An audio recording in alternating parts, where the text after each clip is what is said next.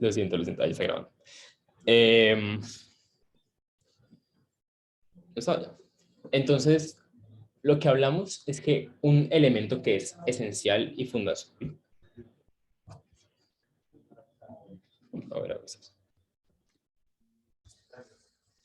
Un elemento que es esencial dentro de Kelsen es este asunto de la voluntad. ¿Sí? Tiene que haber, eso es lo que distingue, por ejemplo, y eso es lo que distingue, obviamente, el mundo del ser del mundo debe ser. Para que algo deba ser, de un momentico que me están llamando intensamente y no sé qué es.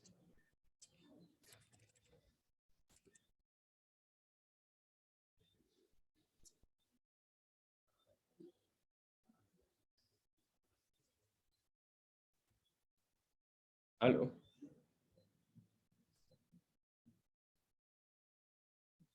Sí. Y están avisando. Listo. Entonces, un elemento que es esencial cuando vamos a leer a Kelsen es entender el lugar que él le da a la voluntad. Entonces, a diferencia de un naturalista, que por ejemplo era como, no, si es que la norma es así porque la deidad o la divinidad o porque es natural, cosas por el estilo, pues Kelsen rechaza de plano esas ideas. ¿Por qué? Porque él dice, pues al final del día las únicas normas que valen son las normas que han sido emitidas por una autoridad respetando el proceso adecuado y que no han sido derrotadas. Y eso significa que hay alguien, hay una autoridad que se encarga de producir esas normas. Entonces, esa autoridad es fundamental porque ella es la que nos dice cómo deben ser las cosas. Entonces, cuando yo voy al Código Penal y yo encuentro el artículo 103 del homicidio, significa que en algún punto el legislador, es decir, el Congreso colombiano, escribió que está mal matar a otra persona. O además, este mal no, escribió que el que mate a otro incurrirá en pena de prisión. Es decir, el legislador colombiano dijo que el que mate a otro debe ir a prisión, porque lo considera un delito. Y obviamente, pues ahí uno se va dando cuenta de cuáles son las limitaciones de que al final del día, pues, como que si hay una autoridad, necesariamente, y hay voluntad, necesariamente hay de por medio intereses. Y en la medida que hay intereses, pues hay una construcción de subjetividad y hay una construcción. Un momentico.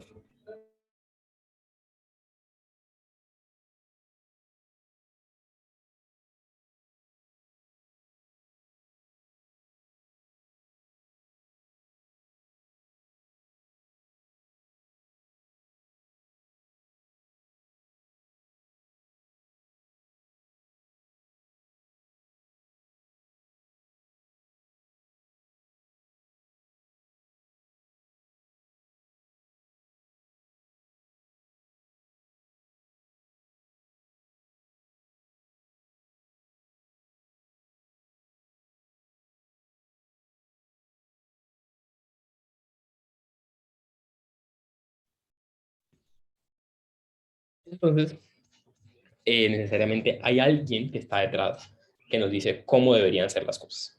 Y eso para Kelsen es fundamental porque precisamente a partir de eso es que surge la noción de responsabilidad, porque no puede haber responsabilidad si no hay voluntad a la hora de adquirir obligaciones. Entonces, a mí no me pueden hacer responsable por un, una compraventa que yo no firmé. Sí, yo no, pues si no te pagaron, no es culpa mía. Yo no fui el que firmé, yo no soy el que te está comprando las cosas, o te las está vendiendo. Entonces, como no está mi voluntad, y por eso ustedes van a ver el próximo semestre en obligaciones, que uno de los elementos para que el acto jurídico pueda nacer, pueda existir dentro del mundo jurídico, es que haya una voluntad y un consentimiento libre de vicios. Es decir, alguien que esté en la capacidad de obligarse. Y todo eso es por Kelsen. Entonces, la responsabilidad aparece precisamente con esa finalidad, con ese propósito de hacer a las demás personas, poder exigirle a las demás personas cosas, poder exigirles que cumplan cosas a las cuales se han comprometido.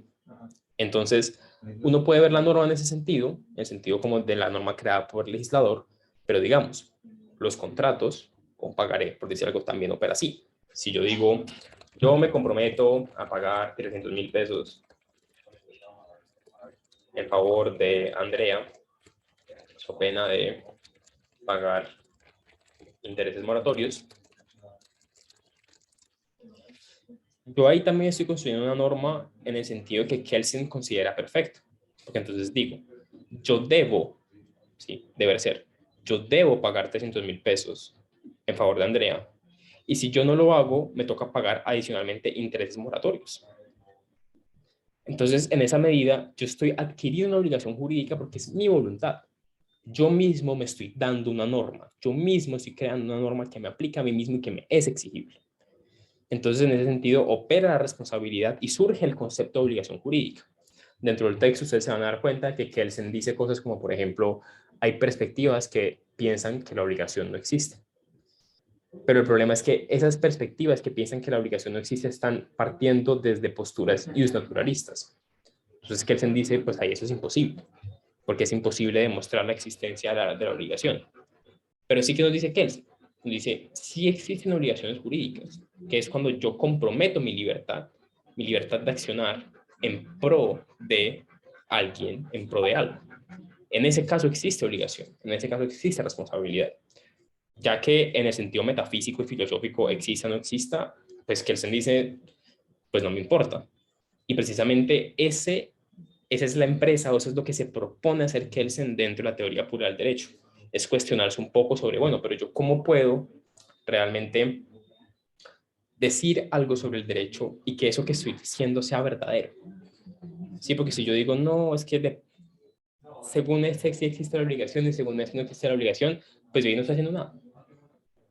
Kelsen dice, yo necesito renunciar a eso y yo necesito verdaderamente partir desde una perspectiva que reconozca la existencia de las obligaciones jurídicas para yo así poder construir una ciencia del derecho.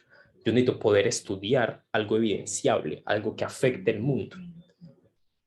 Y precisamente por eso es que surge la intención y la voluntad de la que nos habla mucho Kelsen, también la vemos marcada en la construcción de lo ilícito y de la consecuencia de lo ilícito.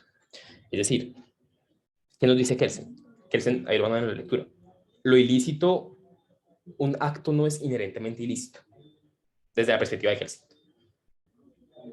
Lo ilícito se construye.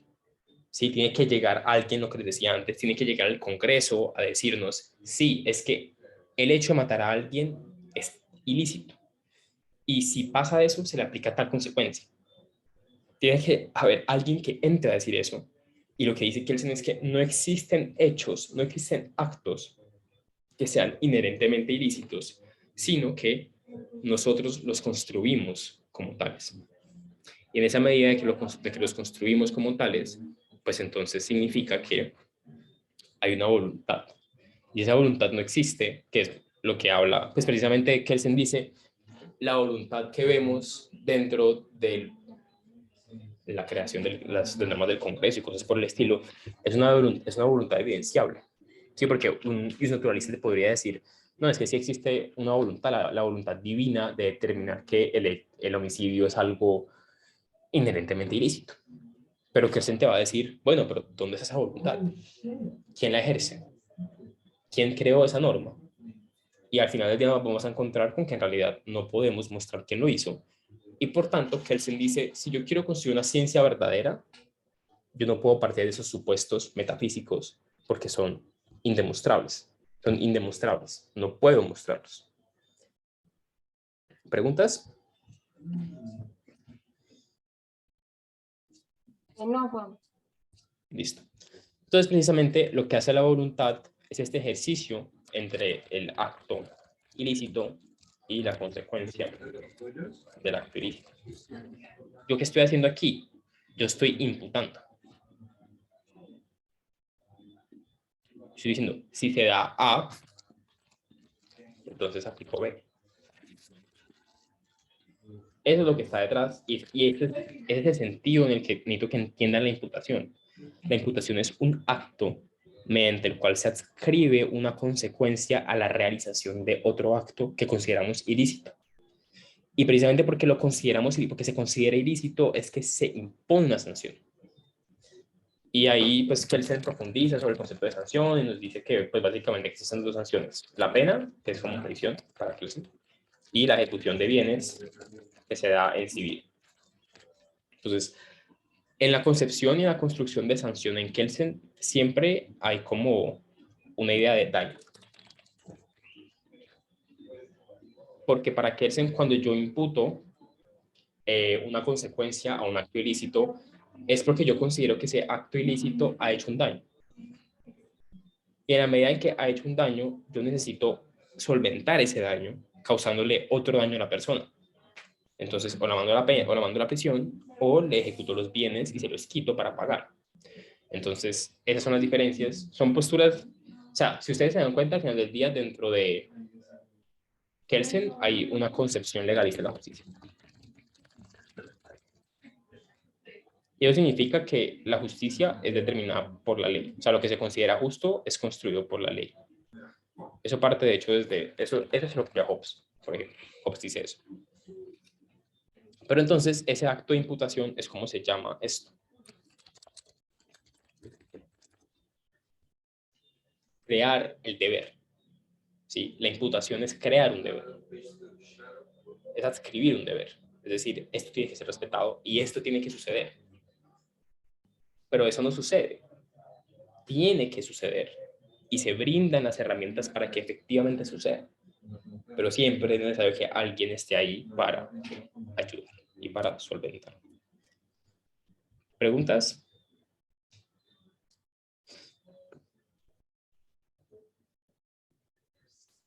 No.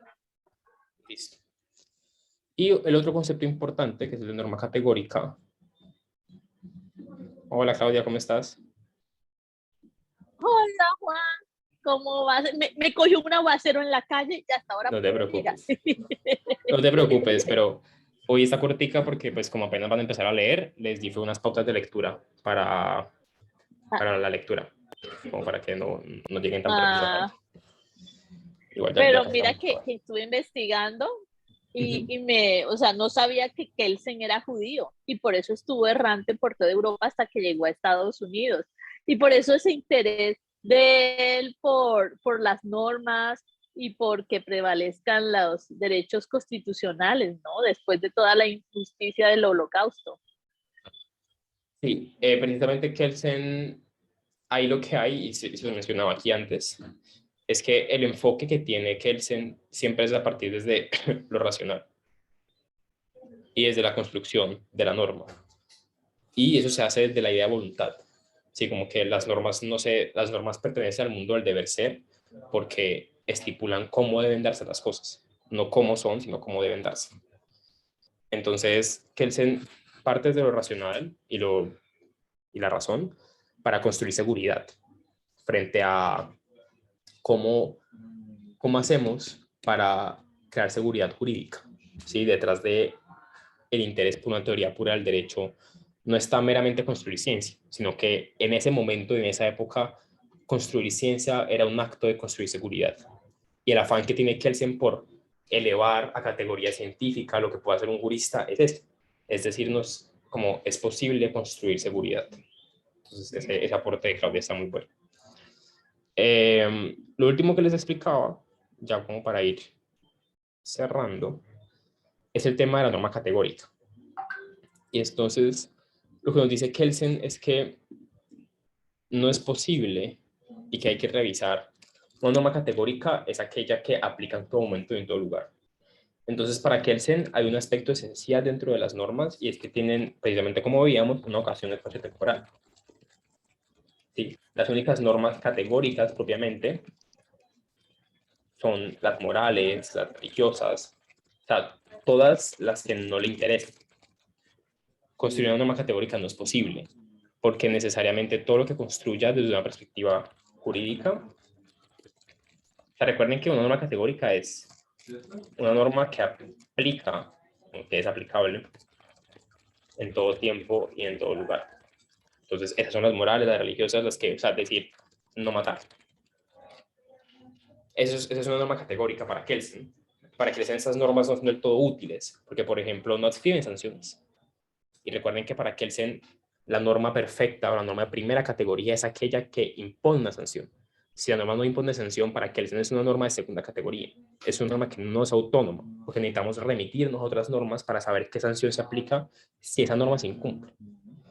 Entonces, las normas jurídicas necesariamente tienen sanciones y se aplican en espacios y tiempos específicos. En el sentido más general, podemos decir que se aplica durante la vigencia de la norma, porque las normas pueden dejar de ser vigentes. Y precisamente uno de los requisitos de Kelsen para hablar de validez es que la norma no haya sido derogada. ¿Y por qué? Porque la derogación se da en un tiempo y un lugar y determina que la norma ha dejado de ser aplicable. Entonces las normas categóricas para Kelsen plantean ese problema, pero siempre va a decir que al final del día esas normas son de naturaleza, no son de naturaleza jurídica. Eso fue lo que terminé entendiendo. Pero sí, esas son como unas pautas de lectura que les pueden servir para acercarse a ella, para que no lleguen como tan perdidos. No sé si tienen dudas, inquietudes, algo por el estilo.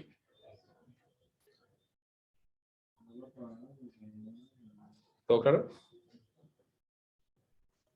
Y Juan, yo creo que con la pauta, pues ya la lectura se va a hacer súper fácil.